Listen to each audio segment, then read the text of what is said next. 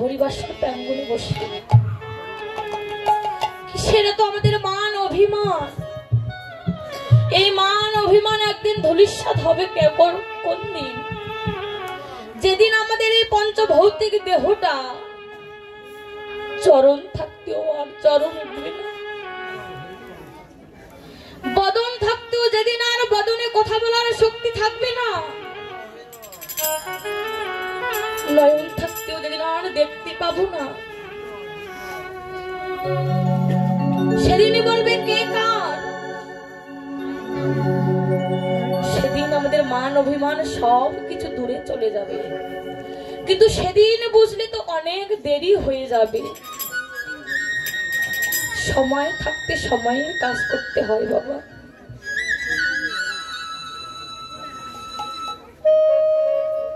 অসময়ে তো কাজ করলে হবে না। এখন আমরা বাবা মাকে ভালো না বাসি, খেতে দেই না, বৃদ্ধাশ্রমে পাঠাই, কিন্তু যেদিন ওই মানুষটা থাকবে না, যেদিন ওই মানুষটা আর চলতে পারবে না, খেতে পারবে না, সেদিন আমরা তার কাছে গিয়ে কত মিষ্টি কত খাবার নিয়ে বলি বাবা খাও, মিষ্টি খাও।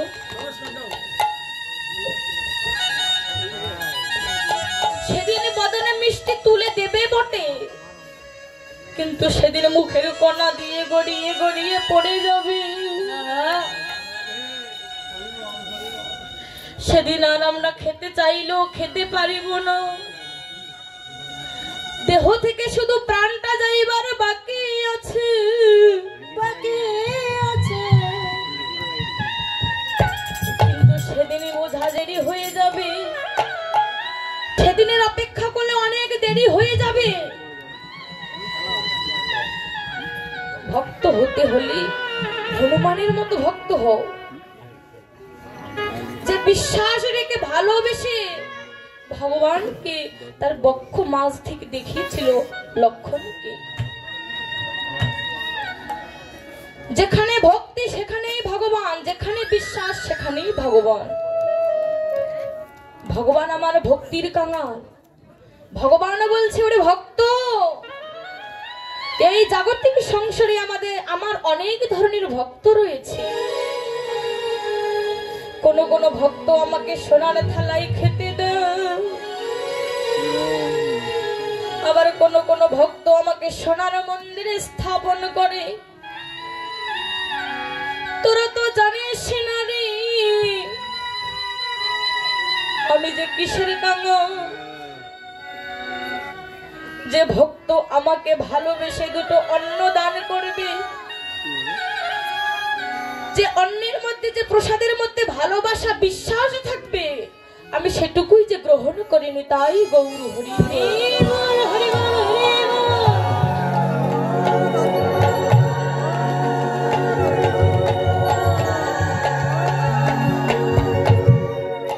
সেদিন হস্তিনাপুরে দুর্যোধনের হাতে কি খেয়েছিল আমার ভগবান?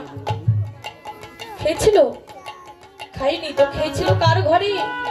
না পরাশরীর কাছে। পরাশরী ভালোবেসে আমার ভগবানকে ডেকেছে। আর ভগবান কি না যে থাকতে পারে? ভগবান যে দূরে থাকতে পারে না। ভক্তের কাছ থেকে ভগবান দূরে থাকতে পারে না।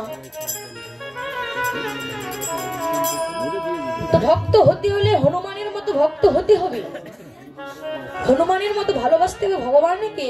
তাই আজকে আমরা সেই ভগবানকে দর্শন করেছে বিষ্ণুপ্রিয়া। বিষ্ণুপ্রিয়া দর্শন করে প্রিয় সখী কাঞ্চনার কাছে বর্ণনা করছে, সখী আমি যেদিকে তাকাই সেদিকেই শুধু গোরার গোরা, সবখানে গোরা। তাই পদের পদকর্তা কি বলছে? তেই বলি গোরা রূপ আমি আপথা,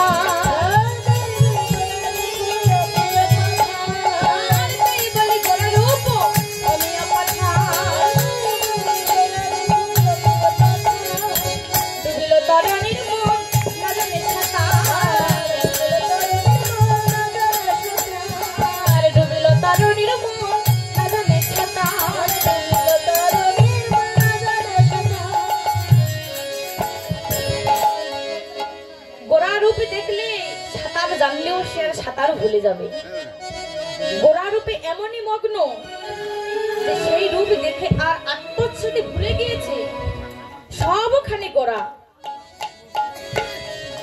বাসুদেব ঘোষ কহে নব অনুরাগী, বাসুদেব ঘোষ কহে নব অনুরাগী, বাসুদেব ঘোষ কহে নব অনুরাগী, বাসুদেব ঘোষ কহে নব অনুরাগী। সোনার বরণ গোড়ার চাঁদ হিয়ার মাঝে জাগে, সোনার বরণ গোড়ার চাঁদ হিয়ার মাঝে জাগে, সোনার বরণ গোড়ার চাঁদ হিয়ার মাঝে জাগে, সোনার বরণ গোড়ার চাঁদ হিয়ার মাঝে জাগে, হিয়ার মাঝে জাগে।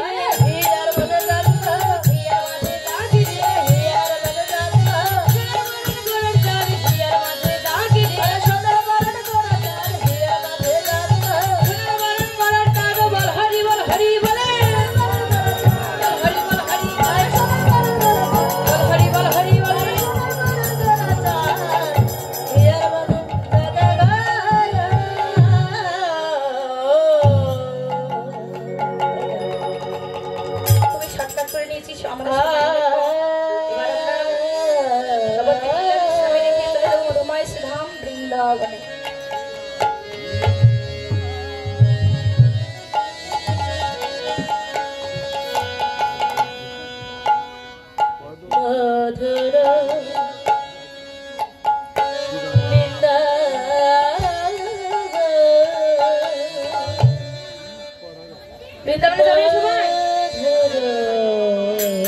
কে কে যাবে হাত তুলেন তো দেখি।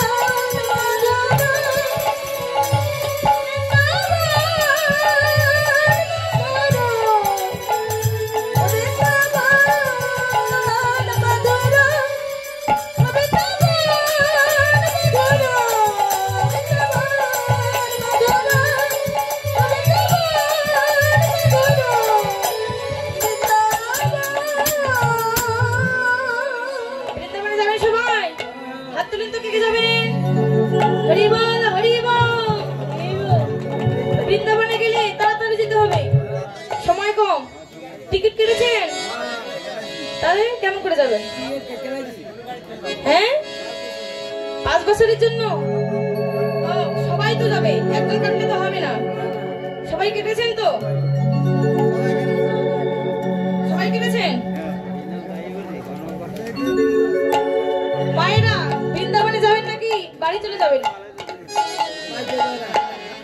বাড়ি যাবেন? বাড়ি যাবেন? কোথায়? বৃন্দাবনে যাবেন। তা বৃন্দাবনে গেলে কি কি কি বলে যেতে হয়? কি বলে? কি বলে যেতে হবে বৃন্দাবনে?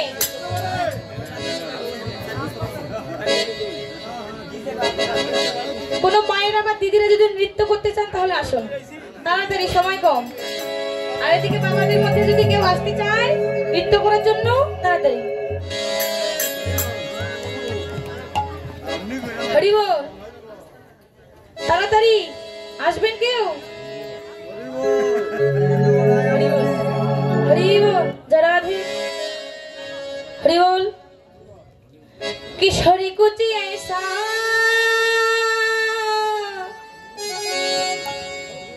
इंतजाम हो जाए,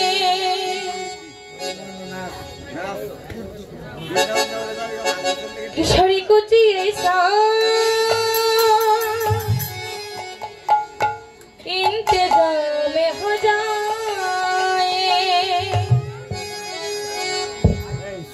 6 নম্বরে একটু সাউন্ডের সমস্যা, তোমার এই বন্ধু 5 বার কইছে কথাটা।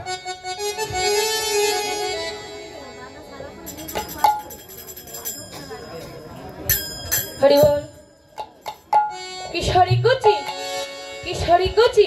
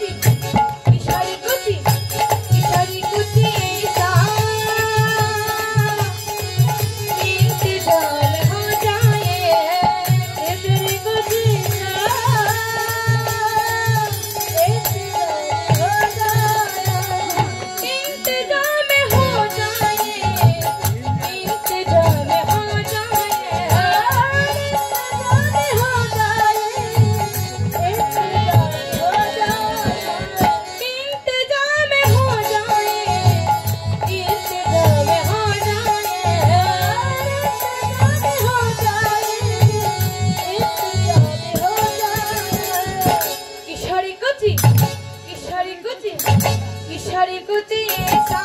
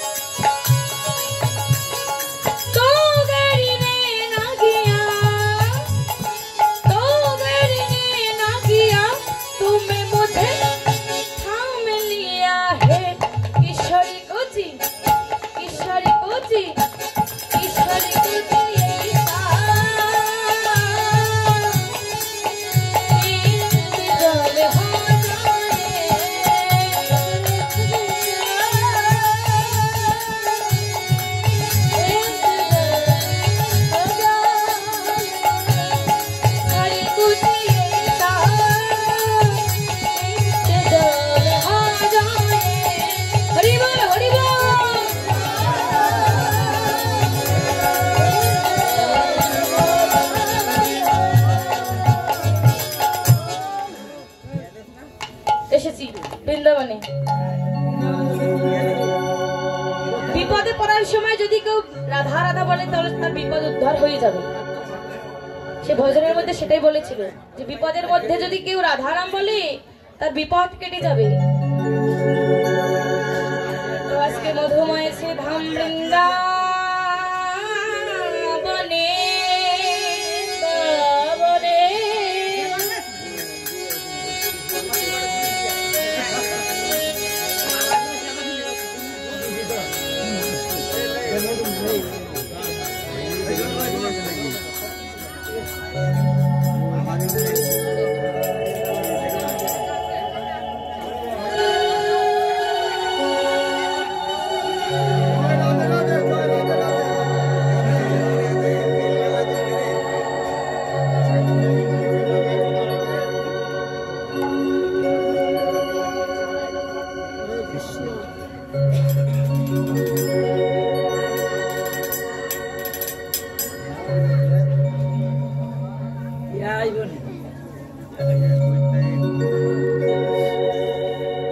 মধুময় শ্রীধাম বৃন্দাবনে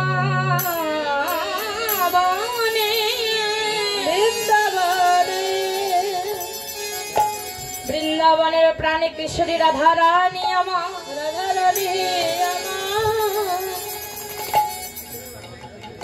রাধারানী সাধের বেলে গিয়েছিল যমুনার ঘাটে জল আনতে। তখন আমার বধুর বদন দর্শন করেছিল।